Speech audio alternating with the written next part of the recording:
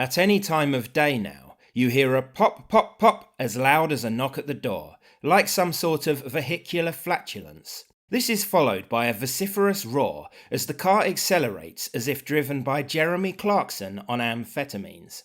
You've just been boy raced. Except it isn't usually a boy. These are not the 17-year-old hellraisers of the 1990s. These are, it seems, 25-year-old men who have not saved up enough to buy a house, who has, but have spent their wages on a high-end car instead. Credit schemes for buying such cars are easy to obtain. They probably spend their free time illegally modifying said car to make it even louder and more annoying, before taking it out to show off to other 25-year-old men who they've seen on TikTok. Sometimes they drive around in convoys late at night, racing around in circles, making everyone's life a misery.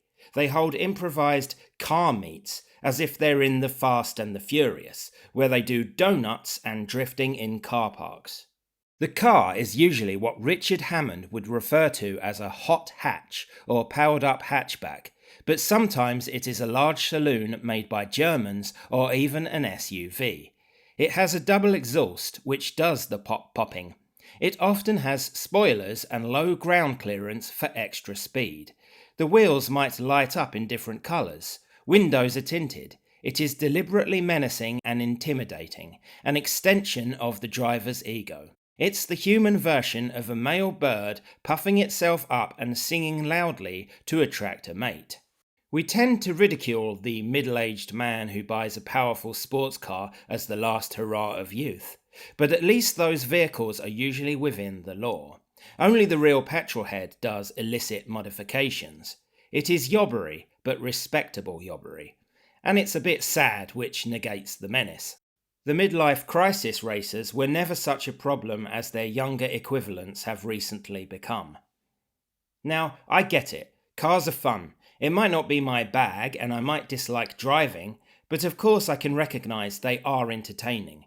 Working on engines, oil and carbon fibre are perfectly normal male interests. Cars are an expression of personal independence, a key part of youth. It's also natural to want to attract women with your horsepower. Indeed, it would be sexist to overlook the fact many women are complete petrolheads too, but society has to protect the collective from the excesses of the individual. We all have to be reasonable and not act like selfish, dangerous morons. And the latter is exactly what these boy racers do. They speed in residential streets. They overtake and swerve around corners. They may be high on cannabis or worse while at the wheel. And they do it while making a dreadful amount of noise with their engines, tyres and pounding music. This isn't harmless fun, it is a plague of antisocial behaviour.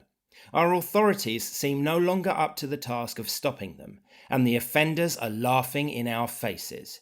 It is symptomatic of a wider decay of our system, both material and moral. If regular citizens can see the impotence of our system to deal with threats and problems, then so can the criminals and the yobs. They will feel confident in pushing the boundaries further and further until they feel in control. It's happening with shoplifting, with drug use, with vandalism, street violence and traffic crime. There are no longer the necessary resources allocated to tackling these issues. An indifferent political class does not back up the people charged with enforcing its laws. We must fight against this apathy as well as against the wrongdoers. COVID, economics and foreign wars cannot be hidden behind as an excuse. If you want a decent society, you have to make it happen, no matter what the circumstances.